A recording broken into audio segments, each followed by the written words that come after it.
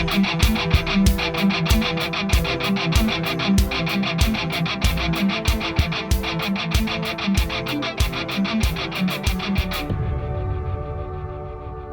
is Dr. Jerome Corsi, and today is Wednesday. It's January 17th, 2024.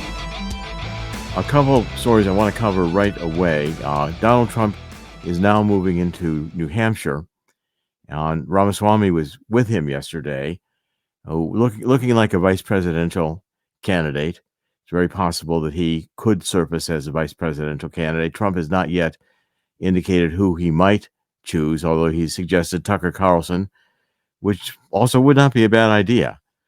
Ramaswamy certainly is articulate and knows how to use social media, so he would be a good addition in that regard and could draw in younger voters. So I think, and of course, the DEI crowd won't give him any credit, despite the fact that he should be ranking fairly high in the DEI scores. Diversity, equity, and inclusion. To get scores for being any kind of subjected, oppressed group, and then with intersectionality, the more oppressions you can identify, the higher your score. Also interesting articles on the conservative treehouse today about Nikki Haley, and really pointing out that she's what they would call controlled opposition. Controlled opposition is someone, for instance, who comes out looking like a conservative, Democrat, or Republican, but they really aren't. They're just there to make you think they are, and then subtly they start developing themes which are really Democratic themes or radical neo-Marxist themes. So Nikki Haley is being funded by the Democrats. I think Bill Gates and the others are putting massive amounts of money in her just to create opposition to Donald Trump, and the mainstream media is pumping up Nikki Haley as if she really has a chance to contend against Trump. If it weren't for the guys like Bill Gates, who has his own globalist agenda, depopulation agenda, which there's massive vaccine investments, which I think are inherently suspect. Killed a lot of people in India with his polio vaccine before he was thrown out of India. So the Democrats are backing Nikki Haley and probably will back her in New Hampshire in an effort to undermine Donald Trump. I think Trump is going to continue surging, and I think after New Hampshire, he's going to be clearly, I think, unbeatable. Now, a couple other stories I want to cover. These electric vehicles are a disaster in the winter. Chicago got almost an electric vehicle graveyard because the vehicles don't charge very well in this cold. And by the way, this is supposed to be the hottest year ever in 2023. Well, it's winter, and so it's cold. And that's I'm sure a shock to the global warmists that the real, climate change is summer, fall, winter, spring. But despite that, the Energy Department was caught massively cheating to boost electric vehicle efficiency data, and the corporate media is ignoring it. So this corporate cheating scandals are always big news, but except when they flub the data to make the so-called green electric vehicles look like they are more efficient than they are. And Climate Depot has also got, I think, a very interesting story that's like a trifecta here. You can see the disasters with these electric vehicles. I'll pull it up here in a minute. And of course, Al Gore is out there at Davos saying we can change the Earth's temperature in 3 years. Once we get to true net zero and stop adding the temperatures, we'll stop going up almost immediately with a lag of almost 3 years. Nothing Al Gore has predicted has happened. But he's, of course, made $1 billion at the effort. So in climatedepot.com, only 6% of Americans prefer EVs. Number two, Hertz is dropping 20,000 EV rentals. They're going back to gasoline cars because the costs of EVs are just too high. Besides which, they don't recharge very easily. The charging stations are broken. They don't work in the cold. The vehicles have to be pre-charged before they can take a charge. It means you got to heat them up before they can take an electric charge. So this electric vehicle market is completely another Democratic Party failed idea, and it's going to continue failing. We're going to have, you see, all the major car makers are backing off 2024 quotas to produce hundreds of thousands of electric vehicles. China looks like they're going to capture this market. China's captured the solar panel market. They've captured the rare earth minerals market. China's the one big victory here for EVs, except that the market's going to collapse. And three, an electric double-decker bus burst into flames in London, and it was very hard to put out the fire, which is typical when these EVs burn. So it turned into an inferno. They're very, very hot. The vehicle exploded and burst into flames, sparking rush hour chaos. There's a dramatic video showing the firefighters battling to put out the blaze. You can't put out these blazes of an electric vehicle with water. You've got to use chemicals to get them put out. These vehicles just don't work, not in a practical sense. We're going to show a video here in a few minutes. I want to cover one more story before we do, but we're going to show a video today with Dr. Katerina Lindley. She is a family physician in Texas, and she has been very, very outspoken over the last couple of years, very brilliant woman, and she's going to expose the World Health Organization plans to have the next pandemic, which they're calling Disease X, be one where the World Health Organization can declare a lockdown, a worldwide lockdown, and the governments have to comply. She's going to explain how, with the amendments to the World Health Organization charter that we've all agreed to, that now they can self-declare. Tedros, who heads it, very tied to China, can declare a world health emergency and force everybody to lock down and force you to take vaccines. And if you don't take vaccines, you can be arrested, put in a camp, and vaccinated anyway. So this is a very, very, very dangerous agenda. And you have to wonder why it's being put into place if the globalists don't plan to use it. So we're going to have that video in a couple minutes. The one story I want to cover before we get there is that the U.S. is selling most weapons worldwide. And that's, again, being reported by Statistica.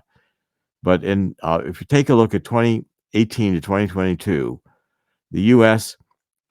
is producing 40% of the weapons systems being sold worldwide. The next biggest producer is Russia in second place, and Russia is about 16% of the world's market for weapons. So war is a racket. It's very profitable. And that's why you find it increasingly hard with world wars developing, as you see Ukraine continuing to persist in wanting to fight against Russia. You got expanding war in the Middle East. Iran just sent some missiles into Pakistan to kill some rebels there that Iran didn't like. And of course, these international incidents are increasing.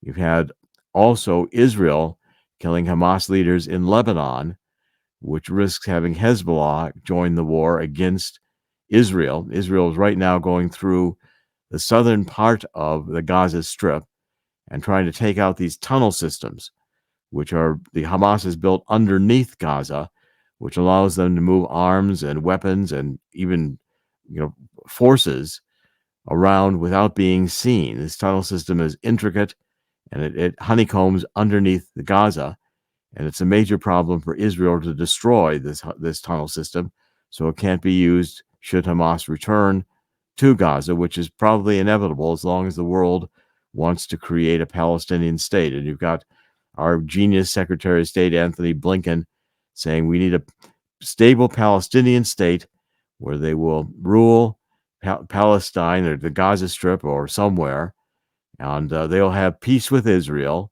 Nonsense. Hamas is dedicated to the destruction of Israel and killing Jews. And that's just the fact, a reality. You're not going to have a two-state solution to the Middle East, as long as one of the two parties views a two-state solution as a temporary interlude in which they can resume war as soon as they gain more power. It's like a ceasefire, which the Hamas has also wanted, so they can regroup. Israel seems determined to eradicate Hamas from Gaza, and they're doing it very systematically while the world is complaining about all the Palestinians being killed. All right, now this surfaces also in the congressional battle because President Biden, if somebody reminds him where he is trying to urge congressional leaders. He had an afternoon. This afternoon, he's going to have a congressional meeting, the Oval Office, and try to get a deal where his bill or his proposal to send more money to Ukraine, which will be stolen, and keep Ukraine going as a money laundering nation, send money to Ukraine and to Israel, while giving in to some degree to the Republicans wanting to have border security. Now, the problem is we've got another shutdown of the government coming in March. And Speaker Mike Johnson, Louisiana, is struggling to manage this Liberty Caucus, the conservative colleagues who are increasingly willing to use tactics that are hardline in order to, like Matt Gaetz is one of the key figures here, because Johnson would just cave in and give the Democrats all they want and get very little for border security. So these are the kinds of problems we've got with the government being just dysfunctional. I think the Congress is largely corrupt with the amount of money they can make on the stock market, because in Congress you can do insider trading. Nancy Pelosi shows how many millions you can make out of this. And again, I think a deal is going to be probably a last-minute cave-in by the GOP just to keep the government going and not to be blamed for a government lockdown or government shutdown. So I can't believe New York Times, I'm just looking at some of the daily reviews here. New York Times is saying if Nikki Haley beats Trump in New Hampshire, it creates a lot of uncertainty. This is from Alex Conant, who worked on Marco Rubio's presidential campaign. It would be a massive story, he said. Well, it'd be a massive story in his own mind because it's not going to happen unless a lot of Democrats do organize and go and vote in the Republican primary in New Hampshire. I think in New Hampshire, Trump is going to not have quite as decisive a win as he did in Iowa, but I still think he's going to win in a major way. And Nikki Haley is still persisting to think she's got a campaign when increasingly she is being exposed as a rhino and someone who really does not belong on the presidential stage as a GOP candidate. Except I remind everybody that the GOP is not a conservative party. The GOP is largely Democrat light these days, and the leadership has been horrible, with Mitch McConnell dominating the GOP in both houses because he has tremendous influence in the House of Representatives as well as the Senate. And his wife, Elaine Chao, Chinese, her family's worth millions in China. And unless Mitch McConnell did China's bidding, I can guarantee you that family in China would be long gone, dead. That's how China plays. Okay, now we're going to play this video, and I really want you to see this. I think it's going to be increasingly important that we focus again on health issues. We're in flu season, and we're going into an election year. And in 2020, when an election year, we had the COVID emerge, so the Democrats, pumped that up, and even got Fauci and the other health officials who convinced Donald Trump to declare a health emergency over a bad flu. With a lockdown, that ushered in the mail-in ballots. So if you listen carefully to Dr. Katerina Lindley, you're going to see that behind the scenes, these globalist forces continue to architect their future totalitarian state. And it's a methodology which I explained. If you take a look at the book I've written, this book, The Truth About Neo-Marxism, cultural Maoism and anarchy, you're going to see the whole methodology of the left has used, that the communists have architected, of creating a crisis, when people then turn to government for a solution. Once the government gains more power, the government tries to normalize things. And as they normalize things, they just prepare for the next crisis. And crisis causes chaos. So causing chaos is one of the fundamental methodologies now of the radical left to gain power. And I explain this in this book about the truth about neo-Marxism, cultural Maoism, and anarchy. Please do get a copy of it. I think as you listen here to Dr. Lindley, you're going to see that the World Health Organization is apparently in the stages of planning for the next pandemic. And I'm willing to bet they know what's coming. They're architecting it. And we will again have another lockdown crisis if we're not prepared to see through it and realize the extent to which we're being manipulated. So, Chris, if you play the video, I'm going to encourage everyone to watch this. And we will be covering on my Substack, which is Jerome Corsi, PhD .substack.com. We're going to be posting more on Dr. Lindley's interview, so to make sure everybody gets a chance to see it. So, Chris, if you would play the video, please. This is Dr. Jerome Corsi, and I'm here today with Dr. Katerina Lindley. We're going to do an interview on the World Health Organization. Dr. Lindley is a Croatian-born, American-trained, board-certified family physician in Texas with a primary care practice. She became a family physician because she loves caring for the whole family and seeing the family grow. Later in her career, she became interested in helping find solutions to improve the healthcare system. She's a fellow of the American College of Osteopathic Family Physicians. Dr. Lindley is involved with many organizations, including the Global COVID Summit, and she is a passionate advocate for her profession, her patients, and her children. She's the past president of the Texas Osteopathic Medical Association and the Texas American Academy of Osteopathic Family Physicians. She is the president and co-founder of the Global Health Project, which is a coalition of organizations, experts, and advocates dedicated to improving and protecting the health and future of all humans through education, advocacy, programs, and communication initiatives, defending health choice, equality, and responsibility. We believe this is the time to ask questions, seek understanding, and collaborate with your doctor to make informed decisions about your health. Dr. Lindley, welcome. We're glad to have you back with us. Thank you. Thanks for having me again. We want to discuss the World Health Organization, and I know you've done a lot of work. The World Health Organization seems positioned to want to be able to declare a pandemic, a pandemic emergency. And under this declaration, with the treaty going on, it looks like the World Health Organization could take over sovereignty even over the United States and declare a lockdown. I mean, why don't you, is that possible, or are people afraid of something that couldn't happen? How do you see the situation?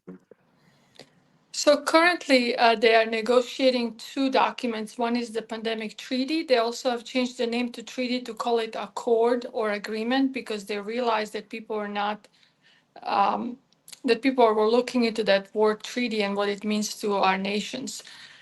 They are also negotiating the amendments to international health regulation. What both of these documents are trying to accomplish is exactly what you said, in my opinion, by allowing Director General to declare a public health emergency of international concern in any part of the world without the consent of that country, we would give WHO rights that we haven't given them before. In the past, WHO would give recommendations. If something happens, they would say, well, we think you should be doing this, you should do this treatment or whatever. They have changed the language. The language of the documents, the predominant word is shall, and these recommendations are now becoming obligations. So if the Director General declares a public health emergency of international concern, what he could actually institute is lockdowns, border closures, vaccine passports. They could require of us to use certain treatment options, diagnostic, medical examinations. And if you think about that, if you have this supranational agency tell your own country how you respond to any kind of health issue, in our opinion, that does put the question of sovereignty at hand because they would have disposal of our HHS and other resources to them. There are many amendments in play right now, and most of them actually have been submitted by the United States delegation. So let me get this right. I mean, what you're saying, Dr. Lindley, is that the WHO director, an international organization, on the authority of the WHO, could declare any nation, including the United States, to say there's a pandemic and you are ordered to go into lockdown, and there would be nothing the president of the United States could do to countermand that order. Is that correct? Yes, but the question is, it always comes back, how will they enforce that, right? WHO is obviously a supranational agency. So I always give this example. Let's say, like, in the middle of Brazil, in the jungle, they have an outbreak of something. And the World Health Organization finds out about it. And then Director General says, well, this is a concern. And he requires that area to be in a lockdown. And then something happens and they decide, well, this is more of, like you said, pandemic proportions. And they start dictating lockdowns around the world. According to Article 18 of the amendments to international health regulation, that's exactly what could happen. And the question is, how do they enforce that? That's not as easily answered. But the way these things will happen is if they pass the pandemic treaty or accord in the May of this year at the World Health Assembly, that treaty has to go to our Senate to be ratified, and it needs 2/3 of a vote. Now, when it comes to this pandemic treaty, I actually don't think that Senate would ratify this. I think we would have enough opposition not to get 2/3 of the vote of the Senate.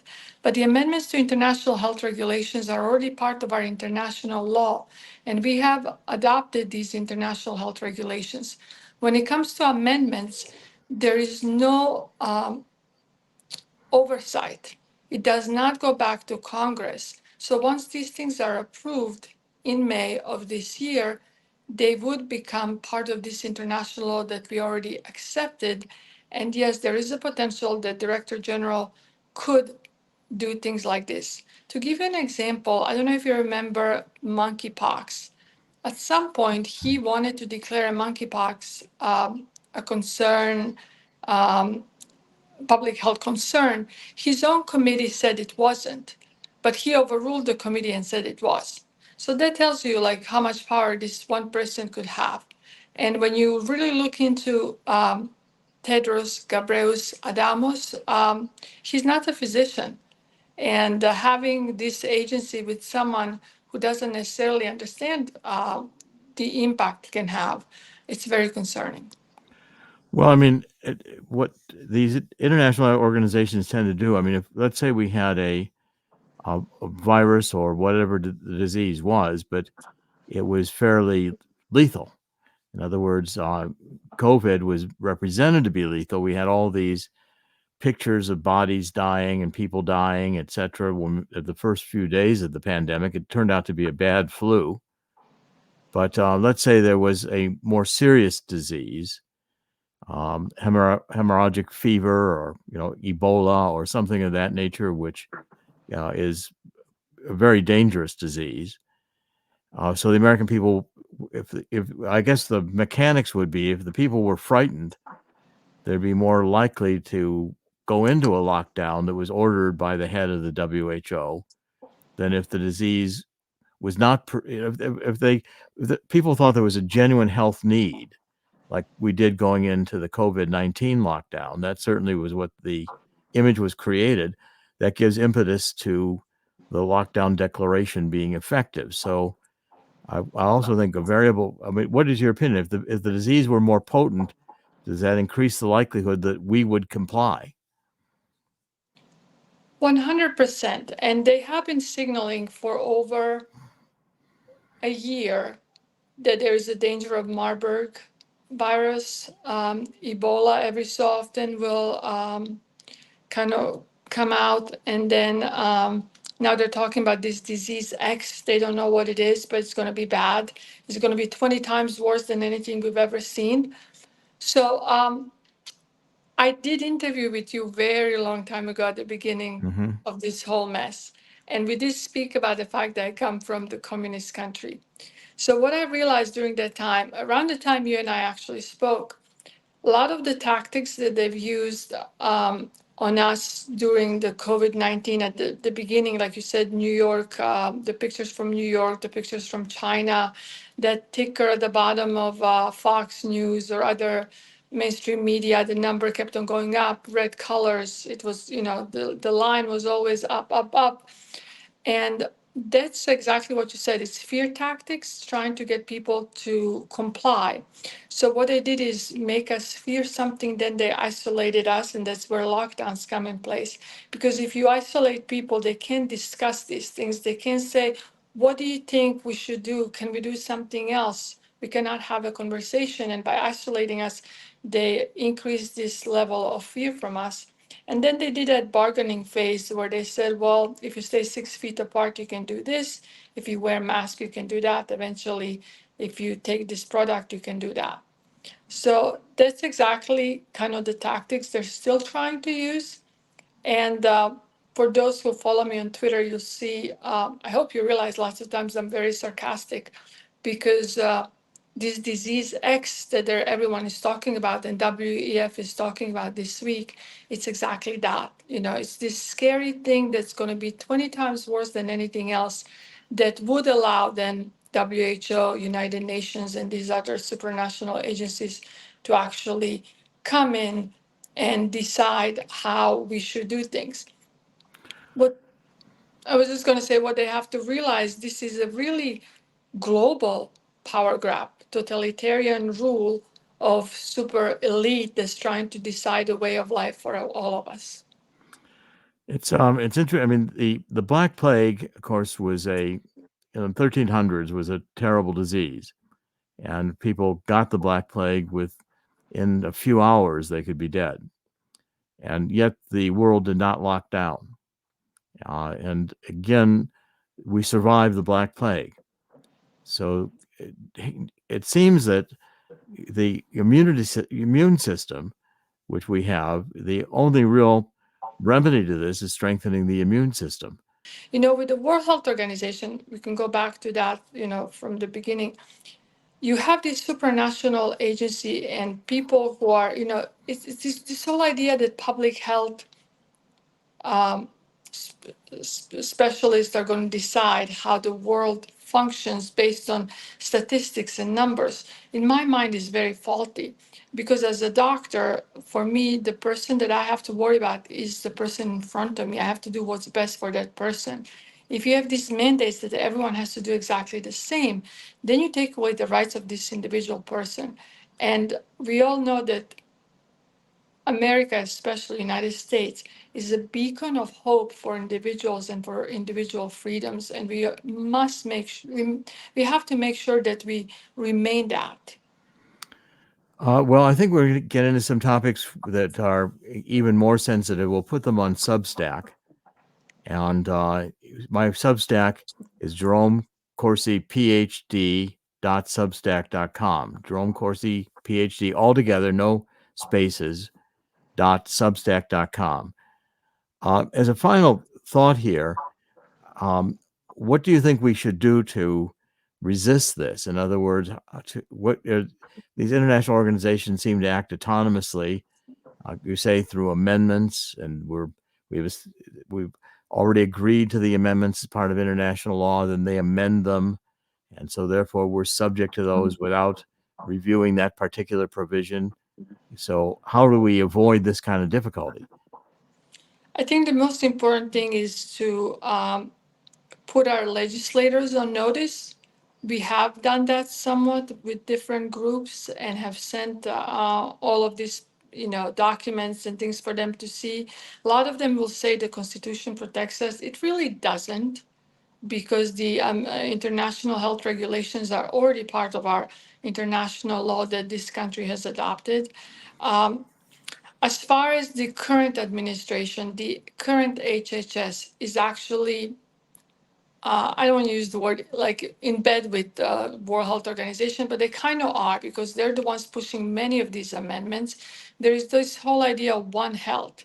One Health means that the lives of human, plants, animals are as equal and can be affected by climate change. And there's already a Department of One Health in our HHS. So this current administration is in favor of all of this. What we have to make sure is that this becomes an election issue, and that each candidate has to explain what would they do in an event that World Health Organization passes these things. The only candidates on record who has done something was President Trump, who tried to take us out of the World Health Organization, and then the Biden administration reversed that. Um, if this is passed in May, and I do believe that most of the amendments will be passed, there is a certain period that it has to pass for all of this to be enacted. So we do still have some time when it comes to November to change the course of this nation and where we're going. Ultimately, the only answer is to exit the World Health Organization. Not only are they trying to make decisions for the health of Americans and other nations, but also we give them a whole lot of money. We are one of their biggest donors. And when we're talking about money, you also have to look who is number two donor in the World Health Organization, and that's Bill Gates. Between Bill and Melinda Gates Foundation and Gavi Foundation, he gives them a lot of money, and that money comes with strings attached. So the only answer is to exit. Thank you very much, Dr. Lindley. We'll be back on Substack with a more in-depth interview. Check us out there, jeromecorsiphd.substack.com. Dr. Lindley, thank you for joining us. We really appreciate your views and your insight. Thank you. Okay, well, we're back. Chris, you want to comment on that video? I think it was very powerful. What were your views listening to it? Well, we discussed this about a few months ago when President Biden signed over our sovereignty to these people in the World Health Organization. And people are probably looking at this and saying, well, what are they going to do? How can they actually seriously implement one of these and force the world to lock down? Well, first off, not only did the U.S. sign off its sovereignty to the World Health Organization, 150 plus other countries did so as well. I'm going to ask how they're going to enforce it, but I suppose that the nations are going to do the same thing as, let's say, Australia did when people were found outside during their lockdowns. Having said that, what are they going to do? They could actually, the World Health Organization could. All right, I know you discussed this virus X or whatever it is, or disease X that could happen or might be happening now. That could happen in the future. Another thing is, what happens if somebody in the United Nations decides, or the World Economic Forum decides, hey, maybe let's make the climate emergency a health emergency. This way, the World Health Organization has the authority in spirit here to lock us all down and force us to comply with these Agenda 2030 rules. Yeah, every one of these crises is produced by first fear. You got to be fear. The global warming, we're all going to die, which is nonsense. Carbon dioxide is a very minor molecule in the atmosphere, 0.04%. And this is ridiculous to say that it's the major turning knob of the Earth's temperature. It's not. The sun is the major turning knob of the Earth's temperature, which should be apparent at night when it gets colder because the sun's not in the sky. So the point is, and it's because the Earth revolves. I mean, the fundamental basic concepts here that we're just not teaching any longer, and people have no thought processes to understand the lies they're being told. Now, there are certain things that you and the doctor could discuss on YouTube and out in public. There we go. Hairball. That happens to me sometimes. Out in public. The rest of this conversation on Substack goes even more in depth, and it's something that if you'd like to check it out, it's on your Substack, Dr. Corsi, Jerome Corsi, PhD.substack.com. You can see in the caption here the link, and the actual site is in description. If you can't link it, like on YouTube, because the censors decided not to allow us to put direct links out there, copy and paste it. And that's an easy thing to do as well. You can find us easily there, or there's a direct link from our website, thetruthcentral.com, to the Substack. Right, and we'll post both with the interview we did with Dr. Will Soon, who is an astrophysicist. We did two interviews. We did the major interview, which we made on thetruthcentral.com. We showed the interview. We played the entire interview. It's also available through Rumble and all the other channels where we are posting the videos and the audio. You can hear it in an audio fashion. We also did a second interview with Dr. Will Soon on abiotic oil, because he agrees that oil is not fossil fuel. Hydrocarbon fuels are naturally produced on an ongoing basis in the mantle of the earth. And I explained that in my previous book on the truth about energy, global warming, and climate change. So we are doing this increasingly to have paid content on Substack, my Jerome Corsi, PhD.substack.com, which is available for paid subscribers, where we go in more depth to these topics. And increasingly, when YouTube is banning certain topics from being discussed, we have to be very careful to segregate some of the material and put it in special sections on Substack for paid subscribers. Chris, and thank you for supporting ours and of course Dr. Corsi's in-depth work. Well, supporting this and our sponsors helps us greatly. And if you like the program, please do pay attention to our sponsors. We're going to discuss that. Our next story I want to cover has to do with this commercial real estate market, which again is looking like it's going to create problems over the next few years. The tremendous amount of commercial real estate, over $2 trillion worth of commercial real estate, is going to come due between now and 2028. Now, the problem is that a lot of this commercial real estate is underwater. In other words, the buildings were valued when they were full before the pandemic. There's great enthusiasm of commercial buildings being built around the country. Now these buildings are going largely vacant. Some of them have, some cities like San Francisco are over 30% vacancy.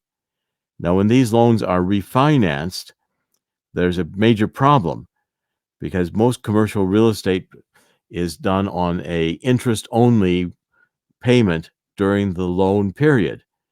The principal is repaid when the building is refinanced. So the new loan pays off the principal on the old loan, and the new loan, again, will have a bubble payment at the end where the principal is paid when it is refinanced. Again, if the building is worth less, there's no payment there to pay off the principal. And so many of these buildings are going to go into foreclosure. Now, it has a major impact, because these commercial office buildings are wrapped into collateralized mortgage obligations and sold as securities. Securities are held by banks, pension funds, and institutional investors. And when the underlying commercial real estate loans go bankrupt, there's a foreclosure, what happens is that causes a loss in the security, which impacts the assets of whomever has that portfolio in their asset portfolio. So this is a potential again for another set of bank failures. And many of these loans are financed in commercial buildings by regional loan banks, not necessarily by the biggest banks. But if $2 trillion in debt maturing before 2028, and again, that's only 4 years from now, over the next 4 years, we're going to have a major continuing hit to the economy, with the commercial real estate market in trouble. And I don't see people returning to the commercial real estate market in terms of going back to work in central cities. The central cities are a mess and chaos, and I'm going to cover that next. But first, please get a copy of this free book, which is how the coming global crash will cause an historic gold rush. I've authored it with Dean Heskin, who is the head of Swiss America. You can get a free copy of this book by calling toll-free number 1-800-519-6268. I'm going to repeat that. Write it down, please, and do call 800-519-6268. You should discuss getting some gold in your portfolio, especially your IRAs and your 401ks. The stock market is going to crash at some point or other because you just can't sustain this bubble forever. Chris, why don't you just take a minute and show people what other free offers are available from Swiss America, because there's many newsletters here and the like you can get, as well as this Walking Liberty $50 offer. Yes, we do have quite a bit here. I want to pull up the website. Well, for those who are watching, I didn't do that yesterday, so I'm sure you've noticed that. So let's do that. On the True Central website, you can find plenty of links to offers from Swiss America, the Walking Liberty $50. There's the easy sign up right from the front page. That's an introductory offer, but they also offer their newsletters. They have one called the Secret War on Cash, which goes along with their podcast. You can hear the podcast right here on the website as well, right under Dr. Corsi's on the right side. Look under our sponsors, Swiss America. You go to the Secret War on Cash, and that's where you can find a way to get the free newsletter on what's going on, and of course how you can protect yourself as cash is the dollar is being devalued and cash is being eschewed by many in favor of the quote unquote cashless society. But that's on the surface. What's going on a bit deeper than that? Swiss America will show you how, and of course that is a free newsletter. Okay, let's cover another story. Zero Hedge was running an interesting article today about this increasing psychopathic behavior we're seeing in America as a sign that the society is on the verge of breaking down. Now, what Zero Hedge is focusing on is that there's been, the past 10 years, a tremendous uptick in mass violence and theft. So with the advent of social media, it's easier than ever for spontaneously planned riots to form with little warning. And these mobs are random in who they attack, and they organize in the name of politics or activism, but they tend to lash out at whatever targets are closest or easiest for the people to attack. So you see in the cities these mobs forming, and I've seen videos in Chicago where they come through the downtown high luxury shopping areas, and they loot, they break windows, and they take property. They beat people up. Now, the point of this article, and of course, we've also seen it with Antifa and Black Lives Matter, and they're given a pass by the police, whereas the J6ers were considered insurrectionists. So you've got a double standard here.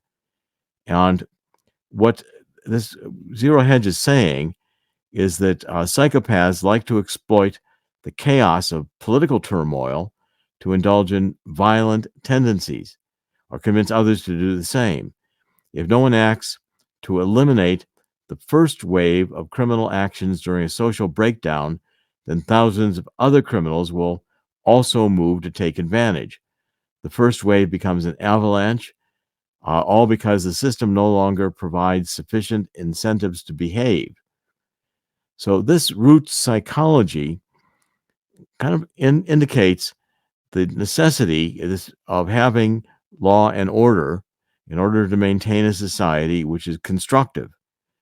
So the psychopaths that we have now to deal with are also encouraged because the government that's supposed to protect our liberties does nothing to stop these psychopaths. In fact, we're releasing more psychopaths from jail every day, and the unfunding of the police, which the left has encouraged, is a movement that it was going to cause more chaos. So when corrupt people run the government, this is what's written in this editorial on Zero Hedge that we posted today on thetruthcentral.com. When corrupt people run government, good becomes evil and evil becomes good. Consider the extreme double standards in place between the treatment of leftist activist mobs and conservative protesters. Look at the government and media response to the Black Lives Matter riots versus their response to the January 6th event. In the case of the Capitol, quote, riots, police fired rubber bullets and tear gas into the otherwise peaceful crowd, that when the protesters reacted violently, they were accused of insurrection. So, is there any example of this kind of setup being used against the political left? No. The media and the public officials describe the destructive mobs as fiery, but mostly peaceful Antifa, mostly peaceful Black Lives Matter. The double standard is absurd, but then again, it is meant to be. Why? Because the psychopaths among the political left were being rewarded and encouraged.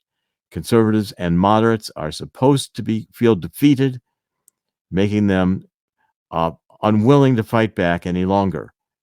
That demoralization is part of this whole psychology. And as you study it, this has a logic to it, which the communists have understood since the 1950s. It created enormous panic and fear of some threat. Disease is going to kill everybody. Then you have a lockdown. You have chaos erupt when Donald Trump is running for president in 2020. The chaos spreads through, George Floyd incident. They look for an incident like that where they can demonize the police and make it a racial incident. So you have cities all across the country bursting into flames. You have rioting in Washington. The military refuses and says to the president, "We will, if you use this Insurrection Act to call out the military to stop this rioting, we refuse to go because we support Black Lives Matter's right to protest while they're tearing down and burning the city." And Donald Trump comes out in front of this church, St. John's, a church right across from the White House, a church that virtually every president since George Washington has attended religious services in, and they are all threatening to burn it down. Trump comes out with a Bible and stands in front of it, saying, "We've got to save this church." And the media demonizes Trump and says Trump is responsible for causing more violence in the riot. And these narratives, which the left are proposing, are encouraging psychopathic behavior and also schizophrenic behavior. By the time you say we're going to have gender madness, so your gender is different from your sex, and your gender can be anything you want it to be. And I keep illustrating, so you say you're a woman sexually, okay, but black. So there's two intersectionality, there's two oppressions. Now you're getting a higher score. You're also, say, a transgender, because women can be transgender as well as men. So that's 3. And I think you had a past life. You were a cat in ancient Egypt who was killed in a revolt against the pharaoh. And so there's 4. And just keep adding up these intersectionalities. And if we're going to appoint people to get into college or get a job, we're not going to look at competence. Even for air traffic controllers now, the rules are you can have psychiatric illnesses, and that's considered to be another discrimination against you because society caused you to be a psychopath. So we're going to forgive you on that and let you be an air traffic controller. And this is all designed to create chaos. When the cities are burning, when you see major chains closing their stores like they have in San Francisco becomes a ghost town populated by the people who are homeless. And they're dealing with drugs, and the city downtowns become dangerous. This kind of chaos is unsettling. But the unsettling is what people turn to government to come in and solve, give government more power. And then everything normalizes for a while. Government never relinquishes the power. And the government uses that power to impose more of its leftist totalitarian agenda. And at some point or other, when the Bill Gateses move in, the globalists move in and firmly take over with their vaccine passports and their central bank digital currencies, their ability to monitor everybody, including what you're thinking and feeling, 15-minute cities, we enter a dystopian future in which, like Harari and this pundit from the World Economic Forum says, most of humanity becomes useless. And those privileged few, Bill Gateses, become transhuman, merging themselves with machines. This is insanity. And we're going through a very, very dark period, but it will come to an end. Chris, as we wrap up, do you have any final comments? I do want to add a little bit here. We talked a little bit about Davos and Ukraine and things that are going on this way. Jake Sullivan was speaking in front, and get this, we actually legitimize these people in the world. Well, we don't. The Biden administration legitimizes these people in the World Economic Forum as, I'm going to use the term loosely, leaders. And we have Jake Sullivan telling this whole group at Davos that the president is laser focused. Those are his words, not mine. Laser focused on bringing more money to Ukraine. I know you touched on this earlier today, but this is actually what they're doing behind the scenes. You had Sullivan and Blinken, and he said it as well, meeting with Zelensky in Davos that day. This is what's going on behind all of our backs. While it may look like Congress is working for us, it may look like things are happening. These people who are trying to control the world are going to try to find ways to cause these problems, and of course, force taxpayer money to go once again to another lost cause and a proxy war against Russia. But you got to see the similarity. So in 2020 we had a lockdown and we had a pandemic declaration for a bad flu. Oh yes. And who made money? The pharmaceutical industry made a huge amount of money. And under an emergency decree in which it was very difficult to sue them, even if the vaccines don't work or actually have problems to them. You can't sue these people. So now we get into another situation where we have a war going on, breaking out in different sectors of the world, especially Ukraine, which more and more money is pumping through. And as we started this broadcast, the United States is the biggest manufacturer and seller of weapons in the world. So now the weapons industry, the military industrial complex, gets their payday. They get billions of dollars that's not tracked. The Pentagon can't account for billions of dollars where it went. So all of this is an opportunity to steal money. And Biden in the White House, who has obvious corruption, the Department of Justice just stands by and does nothing while they're prosecuting Donald Trump for overstating the value of buildings he owned and getting loans from banks in New York. When those loans were all paid off, the banks made money, and the value of those properties has increased as a result of the loans and Donald Trump's management of those properties. Again, this is all a double standard, and the American people are seeing it, and I think are getting tired of it. Whether this comes to an end or not is going to be, I think, in the end, God always wins. God will win here too. But what in the end means is not going to be pretty. We're going to get a judgment of God. Chris, final comment? I still think he wants us to dig our way out of this one and see what he does. Earth seems to be the ant farm of the heavens, if you will. He's trying to see what's going on. Okay. If we could, but really, I'm sure God wants us to take care of this ourselves, but it's getting to be to the point where these forces around the world, which have the financial power, are doing their best to stop us from taking care of it ourselves, even through the voting booth. And to demoralize us in the same time. That's right. To think that we're losing when really we're winning. That's right. We have to keep ourselves going. Well, and also the positive attitude and the realization that this is insanity. The psychopaths running the world, the criminals being let out of the jails, wars being created and funded that shouldn't happen. All these issues are satanic in nature. They're evil, they're lies. The left exists on the radical left, the Marxists exist on a perversion of language. As we pointed out in the story about the psychopaths, good becomes evil, evil becomes good. And that transformation has been going on throughout history. I'm going to wrap it up now. So in the end, God does win. But the solution here that the Bible gives us is 2 Chronicles 7:14, which encourages us to get down on our knees and ask God's forgiveness for letting it get to this point. Millions of babies cut apart in the womb viciously by abortionists, souls brought to being by God, destroyed by abortionists as Satan harvests souls. The idea that we've taken God out of the schools and out of our hearts. We will have a judgment of God, but in the final analysis, I believe God created the human race to succeed, and we will overcome this evil. Follow me on X at Corsi Jerome 1, at Corsi Jerome 1. We're doing an increasing number of spaces to give people an opportunity to express your views and engage in a discussion. These are very powerful spaces on X. And also take a look at our My Vital C as one of our sponsors. I'm going to be creating telemedicine programs here. We're going to have one on getlongevitymeds.com.